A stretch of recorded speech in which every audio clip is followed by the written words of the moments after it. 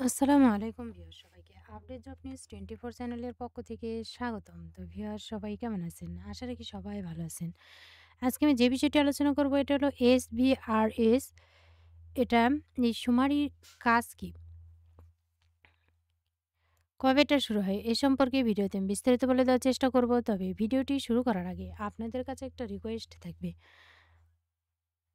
আপনি যদি এই চ্যানেলে নতুন হয়ে থাকেন তাহলে প্লিজ সাবস্ক্রাইব করবেন এবং পাশে থাকা যে বেল আইকনটি রয়েছে তাতে অলে ক্লিক দিয়ে রাখবেন, যাতে আমি পরবর্তী ভিডিও আপলোড দেওয়ার সাথে সাথে সবার প্রথমে আপনার কাছে নোটিফিকেশন চলে যায়।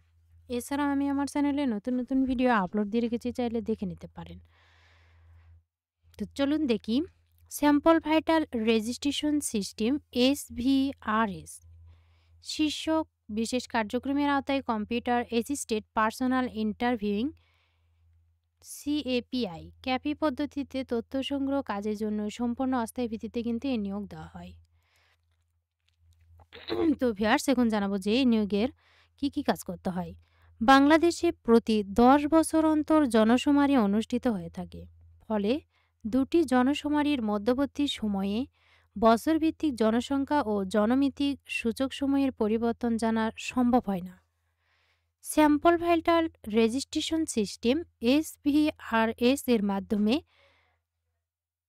দুটি জনশুমারির মধ্যবর্তী বছরসমূহের জনসংখ্যা বৃদ্ধির গুরুত্বপূর্ণ উপাদানসমূহ, যেমন জন্ম, মৃত্যু, বিবাহ, তালাক বা পৃথক বসবাস, আগমন বহির্গমন, জন্ম নিয়ন্ত্রণ পদ্ধতি ও প্রতিবন্ধিতা সংক্রান্ত তথ্য সংগ্রহ করা হয়।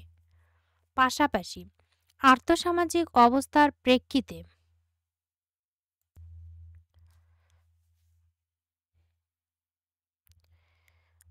এসব গুরুত্বপূর্ণ জনঘটনার বিশ্লেষণও করা হয়। এ কার্যক্রমের মাধ্যমে টেকসই উন্নয়ন অভিষ্ট এসডিজির গুরুত্বপূর্ণ সূচকসমূহের তথ্য উপাত্ত প্রস্তুত করা হয়ে থাকে। এ লক্ষ্যে 1980 খ্রিস্টাব্দ থেকে নমুনাভিত্তিক নিবন্ধীকরণ কার্যক্রমের আওতায় বাংলাদেশ পরিসংখ্যান ব্যুরো তথ্য সংগ্রহ ও পরিসংখ্যান প্রস্তুত করে থাকে। স্যাম্পল ভাইটাল রেজিস্ট্রেশন সিস্টেম এসভিআরএস বিশেষ কার্যক্রমটি ভূতপূর্ব এসবিআরএস নামে 1980 খ্রিস্টাব্দ থেকে শুরু হয়ে ধারাবাহিকভাবে বর্তমান পর্যায়ে পৌঁছেছে। এর আওতায় বর্তমানে জনশুমারি ও গৃহগণনা 2022-এর ওপর ভিত্তি করে নতুন করে ডিজাইন করা, অর্থাৎ ইন্টিগ্রেটেড মাল্টিপ্রোস স্যাম্পলিং অর্থাৎ আইএমপিএস এর ভিত্তিতে নমুনা এলাকা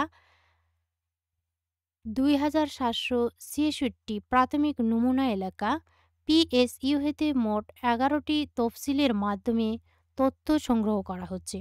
তো ভিউয়ার্স, আপনারা জানতে পারলেন যে প্রতি বছর কিন্তু বাংলাদেশে 10 বছর পর পর জনশুমারি অনুষ্ঠিত হয়। ফলে দুইটি জনশুমারির মধ্যবর্তী সময়ে কিন্তু বছরভিত্তিক জনসংখ্যা এটা কিন্তু পরিবর্তন জানা সম্ভব হয় না।